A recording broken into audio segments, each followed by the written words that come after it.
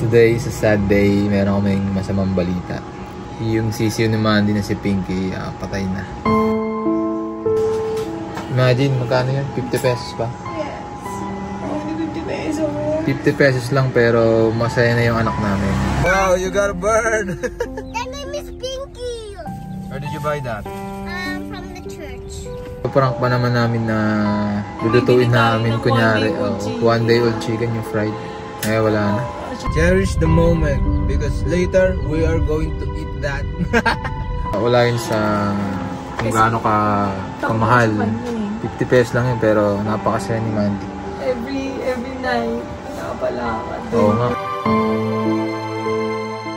Do you want to pet it, Papa? Do you want to pet it? No, I don't want to pet that.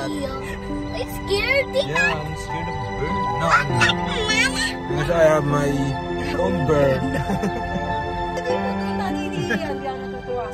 Mandy, now whatever you want, Mama will do. You just have to scare her. No. You want to feed it? Do it. Is tonight a good night? I'm gonna tell you something, Mandy. Don't be sad, okay? Pinky is gone.